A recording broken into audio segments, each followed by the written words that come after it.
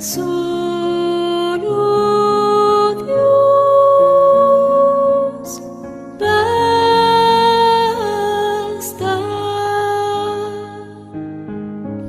Y entramos en la sección de vida y obras de Santa Teresa con María Ángeles Álvarez. Buenos días, María Ángeles. Buenos días, padre, y a todos. Un gusto después de las fiestas navideñas vividas y ante pues el nuevo año, que ya estamos estrenando, digamos así, sobre todo en La Espadaña, porque no tuvimos el programa anterior por las campañas que hubo navideñas en Radio María y ahora pues estamos de vuelta. Sí, estamos nuevamente volviendo a hablar de la vida de la Santa y animando a todos a leerla y a seguir sus consejos.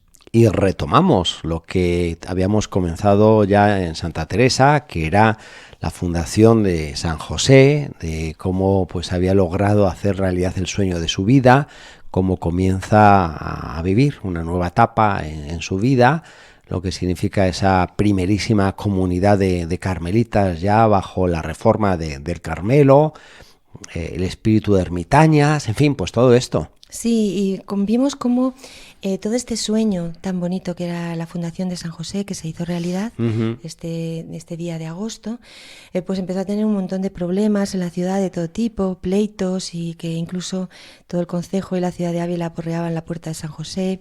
Las 4 hermanas que estaban dentro, las pobres, se defendían. Nuestra santa tuvo que salir de allí para venir aquí a la Encarnación, porque así se lo mandó su provincial, en fin, y cómo el pleito había sido, como estuvimos narrando, muy complicado. Vamos a ver cómo se sale de esto, ¿no? Y cómo empieza ya la nueva vida dentro del convento de San José. La solución a todo este conflicto y todo este pleito, pues tiene un nombre, ¿no? Un nombre propio que hizo posible todo esto, ¿no?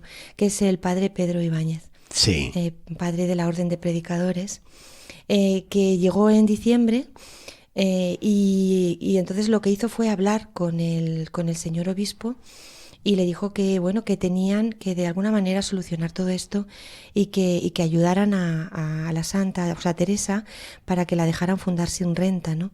Y después de hablar con él, el padre Pedro Ibáñez, el obispo, que ya sabemos que ya era muy, muy de amigo de la santa y muy seguidor de todo su pensamiento, pues poco a poco las dificultades empezaron a pasar. Se tuvo licencia para ir a San José y para que, bueno, pues que se pudiera llevar adelante todo esto, ¿no? Con lo cual el pleito se empezó poco a poco a difuminar y la vida en San José comenzó a rodar, ¿no? Llegó la santa en diciembre a San José, en diciembre del año 1562, ¿no? Salieron con ella 4 monjas de San José que iban para ayudarla. Pensemos que las otras monjas que habían entrado pues habían sido, como comentábamos, algo muy curioso.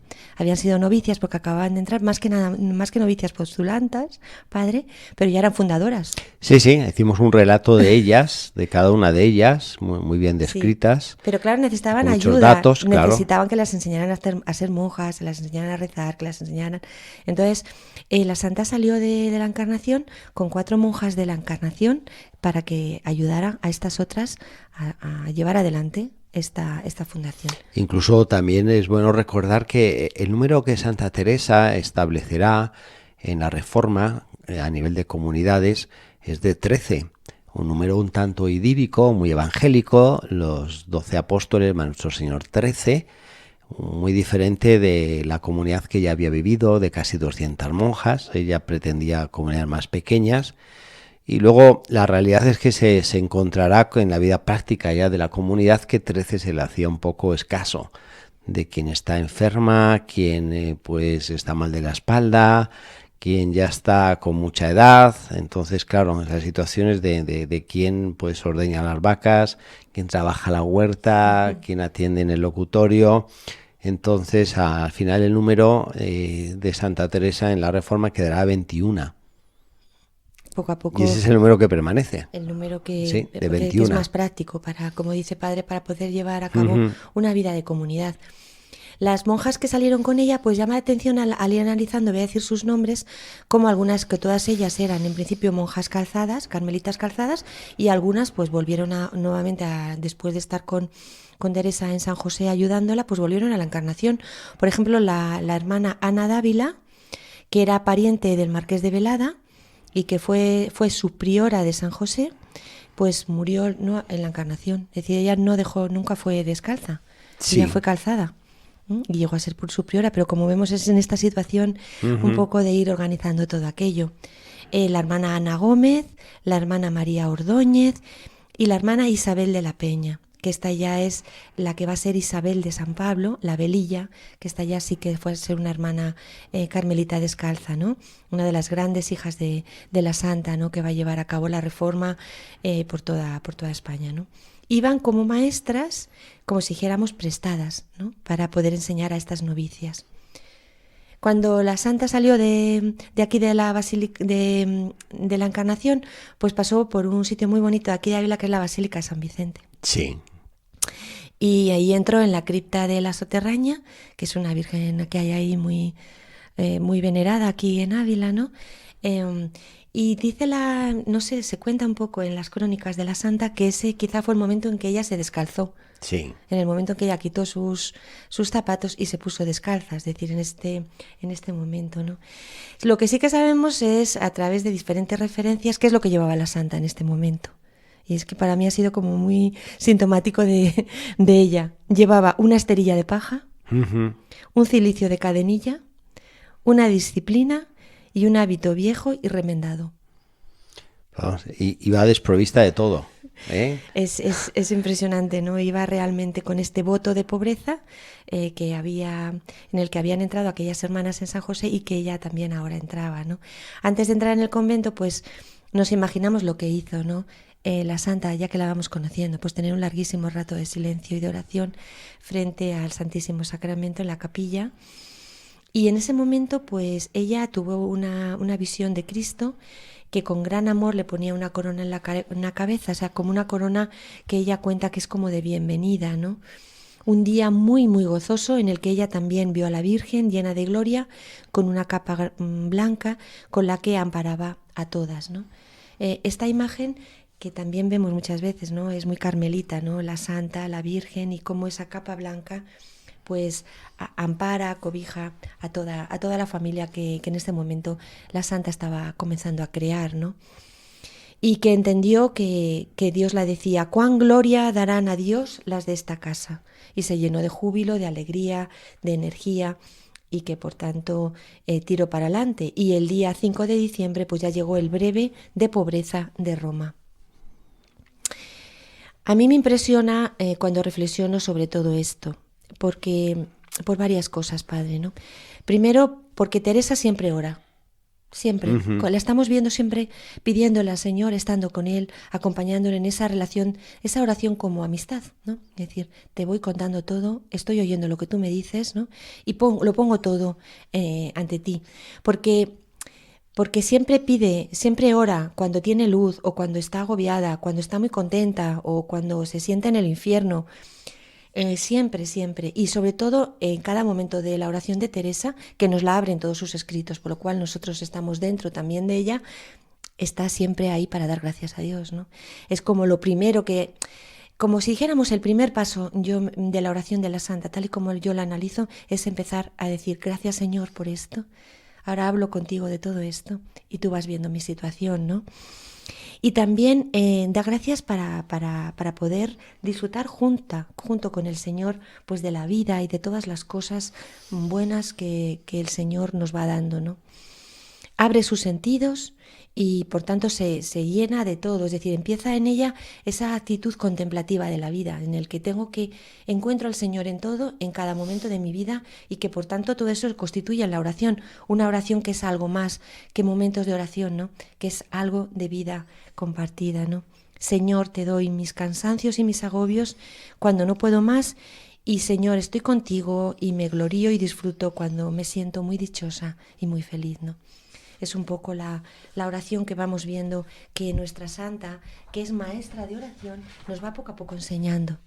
Siento, María Ángeles, que hay una gran analogía en todo lo que está relatando de esta fundación de San José y lo que es Santa Teresa con lo que hemos vivido en el periodo navideño, en razón de que se da la sencillez, la austeridad del portal de Belén, el verse desprovisto de muchas cosas hasta lo esencial, y por otra parte la figura de la Virgen María que contemplaba todo esto en su corazón, en medio de toda esa austeridad y toda esa pobreza y todo ese desconcierto y todo ese ir y venir de gente, también al portal de Belén. Santa Teresa la tenemos ahí, en ese portalico de San José, desprovista de tantísimas cosas, con también un sinfín de problemas y de incertidumbre y de gente que va, viene, toca la puerta.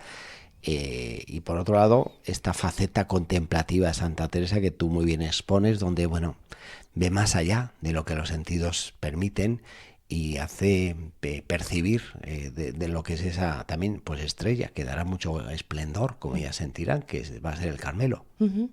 Y lo que es realmente la vida contemplativa como una vida de oración continua con el Señor y que poco a poco va transformando la existencia, que es una luz, como dice, una estrella, como dice Padre, una estrella para uno que siente la luz y que se siente con el Señor, y también luz para los demás, ¿no? En esta epifanía que estamos viviendo en estos días también, es decir, una luz que pasa, ¿no? Una luz que nos ilumina y una luz que hace que a través de nosotros iluminemos la vida, ¿no?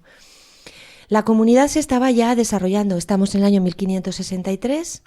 O sea, ya hemos comenzado el primer año nuevo dentro del Carmelo de San José. Sí, entonces comenzaba a rodar en la ciudad de Ávila, ¿no?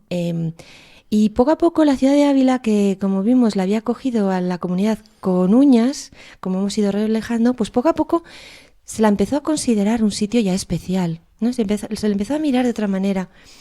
Por ejemplo, el obispo don Álvaro de Mendoza las visitaba a menudo y se sentía muy reconfortado con la conversación y con la oración con las hermanas.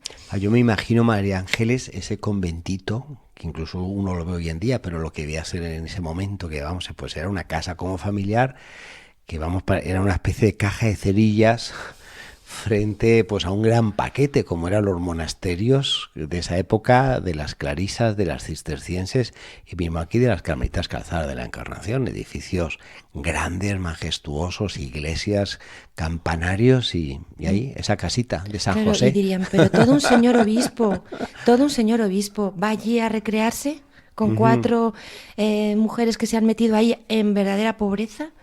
Y pues se recreaban, ¿no? Y la ciudad poco a poco pues iba como esto que tienen los Carmelos, con los que conocemos los Carmelos, ¿sabes? Como una especie de esponja hacia la sociedad, en medio de la vida de la ciudad, poco a poco dando vida y poco a poco nutriéndose de la vida y dando también agua, luz, en fin. No solamente, como digo, el obispo, pero también pues doncellas muy principales, muy conocidas, empezaron a pedir hábito. Y todo esto hizo pues que poco a poco el convento pues fue empezar a ser considerado. Y ya pues en el mes de julio pues empezó a celebrar ya las fiestas de las fiestas más profundas, ¿no? Las fiestas más íntimas, porque en ese mes de julio fue cuando se descalzó públicamente Santa Teresa allí en el convento, ¿no? Quizá indica esta fecha, según los investigadores, pues que es el momento en que entran en vigor las constituciones que ella había comenzado a redactar y que probablemente luego ella misma, como vamos a ver, se las presentó al padre general Rubeo en el año 1567. Porque, claro, empezaban a vivir, pero tenían que tener sus constituciones. En definitiva, constituciones significa cómo vamos a vivir, cómo nos vamos a organizar. La santa tenía como muchos frentes abiertos en este momento. Por una parte tenía estas constituciones de cómo voy a organizar esto, no solamente este convento, sino todo lo que voy a fundar a partir de ahora. Y por otra parte, como vamos a ver ahora en adelante, también un poco la regulación de la vida y el fundamento espiritual que lo va a llevar a cabo a través de la escritura de un libro fundamental que es Camino de Perfección, ¿no? Es decir, la santa tenía este momento, ¿no? De decir, bueno, tengo mucho que hacer, Señor, dame luz, tengo que dejar por escritas muchas cosas muy importantes, ¿no? Estas constituciones que, bueno, pues que fueron las que luego ella presentó, como he dicho, al padre general Rubeo, ¿no? cuando en este año 1563, este mismo año en el que se funda Duruelo, y que este es el texto que Teresa le entrega, ¿no? Aunque que es el que realmente sabemos que le entregó, porque es un texto que se ha perdido, ¿no? Y lo conocemos luego después en su versión de Duruelo.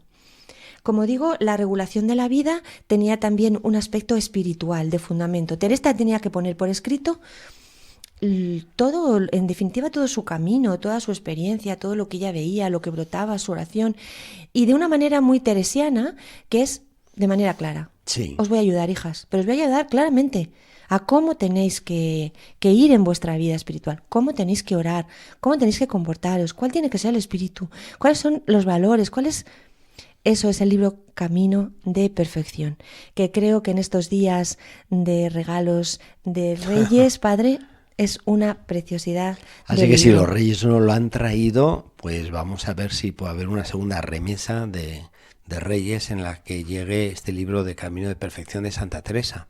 Es un libro precioso en el que la santa habla a sus hijas, pero en el que todos nos podemos sentir realmente convocados, y que nos sirve como parte de nuestro camino y nuestra vida de fe.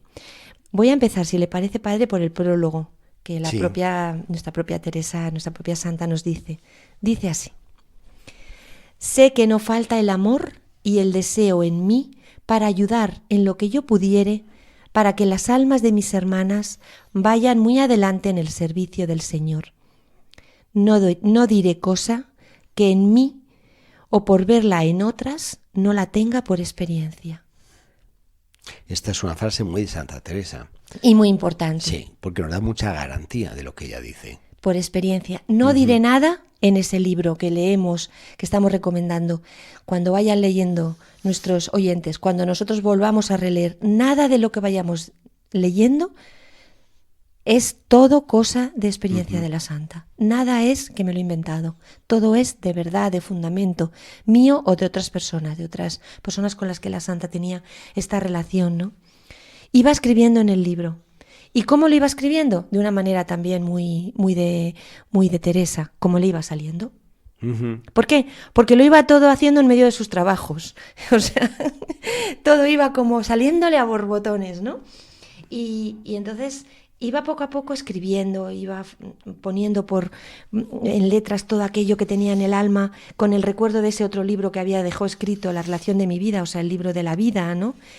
Y poco a poco pues va saliéndole este borbotón de cosas, ¿no? Este libro, Padre, doy una serie de pinceladas y que ya lo analizamos un poco más adelante. Muy bien. Tardó más de 2 años en escribirlo, y en él recoge todo el ideario de Carmelita que ella tenía en su alma. Es decir, todo como si dijéramos como si hiciera un dibujo de lo que sería un verdadero alma carmelita, ¿no? Un camino en la fe. Y la santa redactó el camino de 2 veces, ¿no? Y conservamos los 2 manuscritos. Uno primero que está todo escrito sin ni siquiera capítulos. Le salió, como digo, como una especie de explosión de palabras. Quien abre una presa y sale. Quien abre una presa le salió a Teresa todo el libro, y que es el que está en la biblioteca del Escorial, y uno segundo ya con capítulos, que está en las Carmelitas Descalzas de Valladolid, ¿no? Comenzó a escribirlo en el año 1566, después de, como he comentado, de terminar el libro de la vida.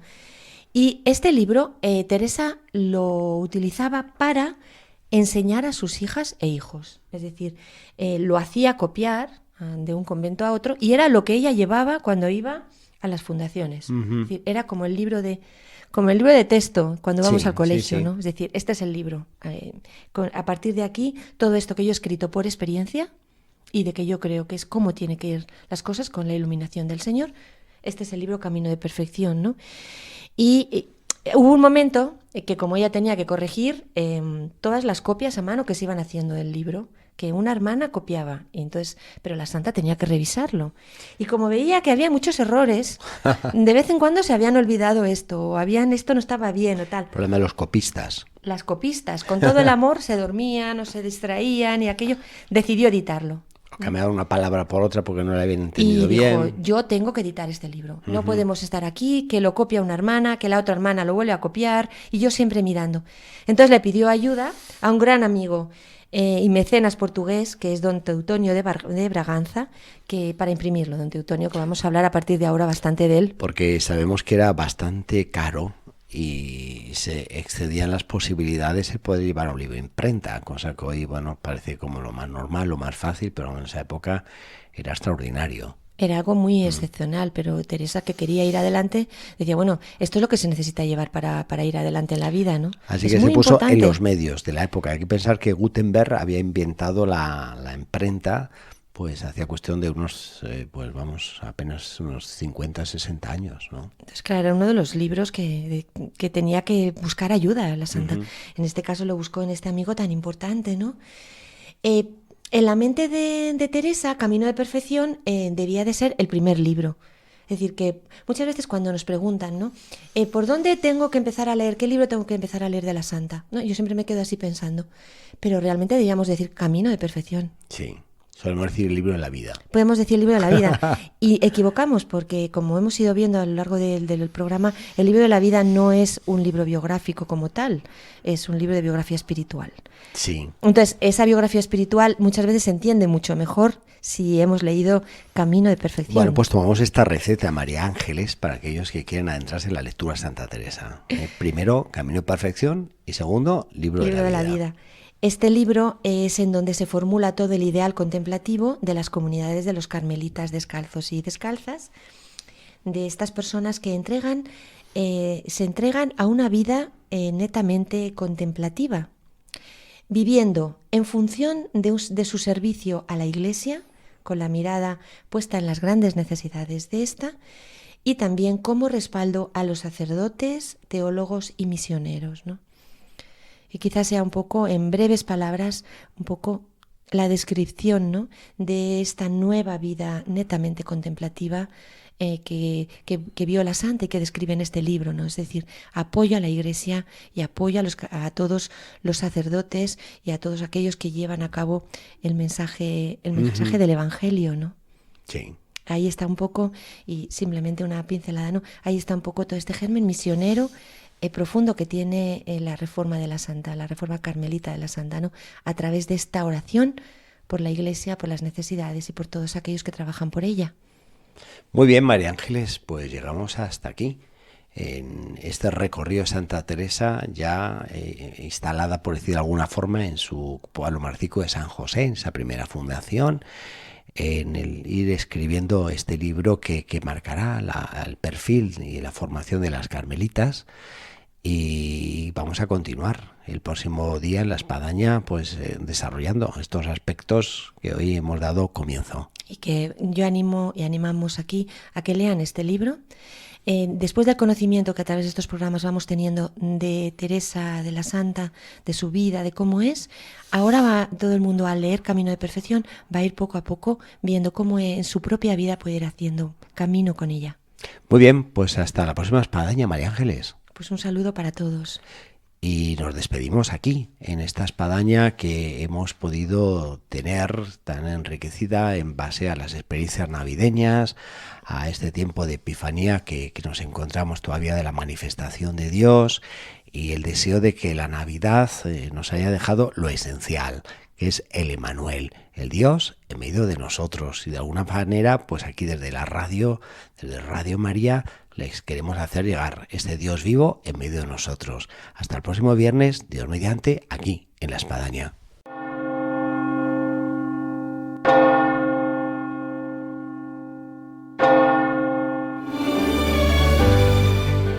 Han escuchado en Radio María La Espadaña, un programa que dirige el padre Arturo Díaz desde el Monasterio de la Encarnación en Ávila.